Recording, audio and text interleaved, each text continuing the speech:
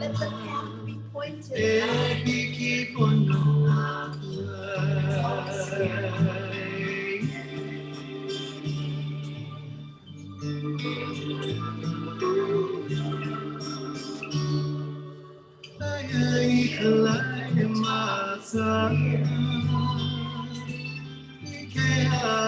Down the valleys, going very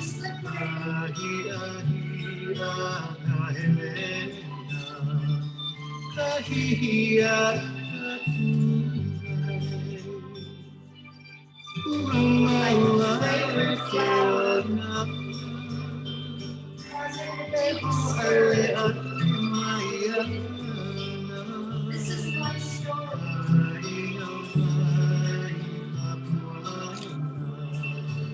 the spark.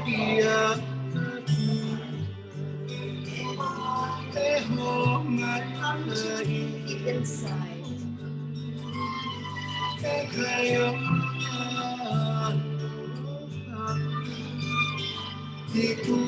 the path be pointed out.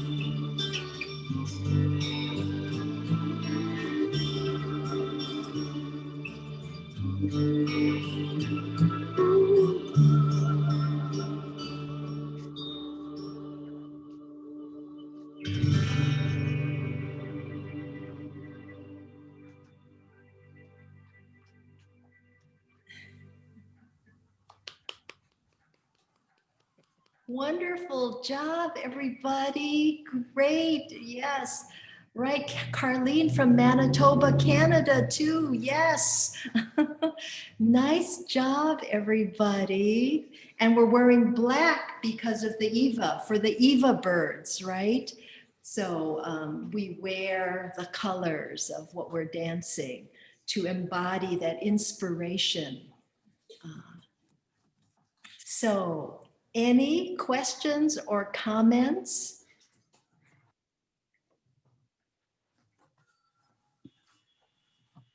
Just unmute yourself and speak. I'd just like to say how wonderful the dance was and how beautifully it was danced by everybody. I'm inspired to join your class. I loved it. Thank you so much, everybody. Thank you, Sensei. You're so welcome. Yes, everybody danced so beautiful. That's what I keep saying. You have to dance from your heart, and they did. They did. It comes across, you know, mirror neurons, whatever. It's just coming across. We're part of one cloth. Sensei, that was just fabulous. And I loved how you integrated the dance of words and ideas and the dance of body. It was sensational. I never thought you'd move from writing to dance. And it's true, writing is a dance, just like life. Great. Oh, it was wonderful. Thank you. Thank you, Mark.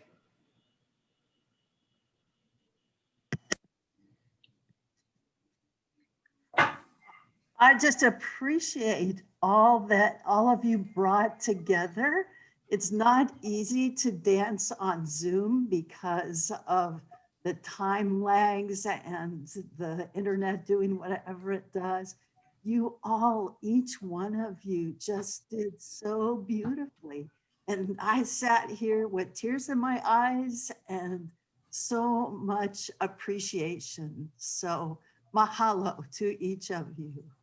Mahalo, Stephanie. Stephanie is in Santa Cruz and she is in my Foundations of Mindfulness class, a hula. I've got like 5 hula people in my Foundations of Mindfulness class. It's fabulous. And so Stephanie really appreciates and knows hula. So that's wonderful. Thank you, Stephanie. This is Roshi. I think I'm lost. I'm lost in virtual. I can't find myself anywhere except I see myself in all of you. And it was just the most amazing Dharma talk. And the hula is so healing right now to see the Dharma being danced the way that you're doing it. And just to see beauty and it's so, my heart's just, it's hard not to cry seeing this. It's just beautiful. Thank you so much. Mahalo. But I'm lost. So. But I'm found in all of you.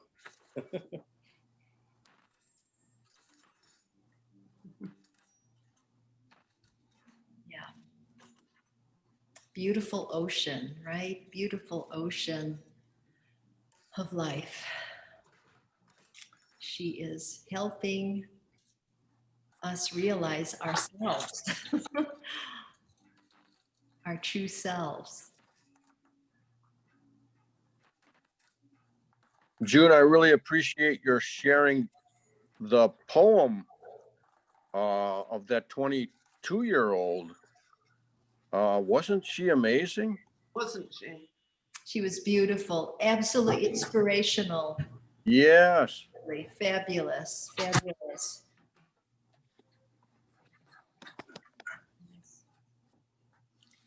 Well, hula dancers, how do you feel? Are you any comments from the hula people? You did so well.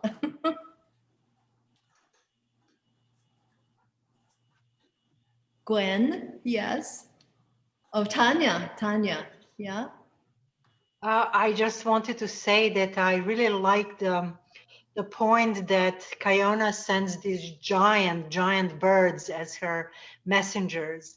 So for those of us who are not able to hear ourselves and recognize the wisdom we have, and we need some sort of an outward sign, she will send us birds that have 7-foot wingspan. That is just amazing. Right. And I was reading in the Hawaiian dictionary, you know, those birds, the wingspan could be 12 meters. That's 13 yards. That's huge. That's smart. We have done a couple of transatlantic cruises, and you do see them a lot right in the middle of the ocean. Right. Just Yeah. astounding. Right. You don't hardly see them on land, but you see them when you're on the ocean. Yeah. And I saw tons of them in Puerto Vallarta. Hundreds of miles from the shore, hundreds and hundreds of miles from the shore.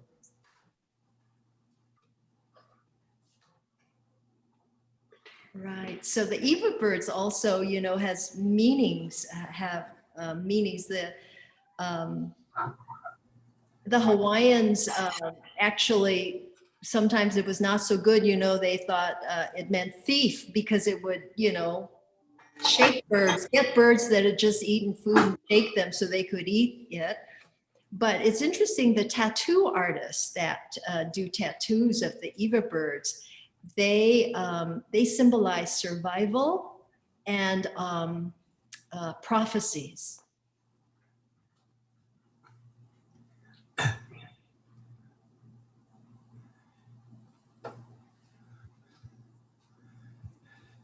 Well, that was a lot of fun. Yes, Kimberly.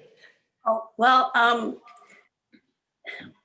the other night you called on me to talk about the third verse, and it took me by surprise. But we had had a conversation about how beautiful it is that you have us learn these dances that call forth things from inside of us. And it caused me to think about a quote that I copied from somebody a long time ago. And unfortunately, I couldn't find the diary where I wrote it down, but I had seen it just recently. And it talks about climbing a mountain. And the climb to the top of Mount Kaala is a slog, and it's a slog that goes up. And so there's probably a lot of people that begin that path and don't make it to the top. Some never get to see any vistas. They give up, they go down. Some make it partway up, and there's beautiful expanses out there in front of them. But for those who make it all the way to the top, they get rewards that none of the others can imagine. And so thinking about that, and I've been thinking about how hula's been a bit of a slog for me too. And I'm starting to put some things together. And so it's just, thank you. Thank you, Kim. Yeah, you've been working hard at it, and I can see the flow is starting. Wonderful, wonderful. Well, it's 11 o'clock. So thank you all for coming today and participating, and keep dancing every moment. Thank you, everybody. Sensei, all the dancers, thank you. Thank you, Sensei. You're welcome.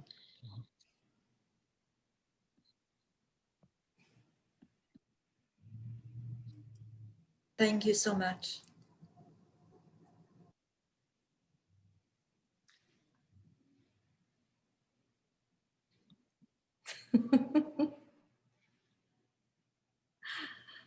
Joy, you look nice too. Look at that, the kukui lei. All right, and oh, Junko too. Oh, and Gwen. Beautiful. Everybody looks so beautiful. Okay, aloha.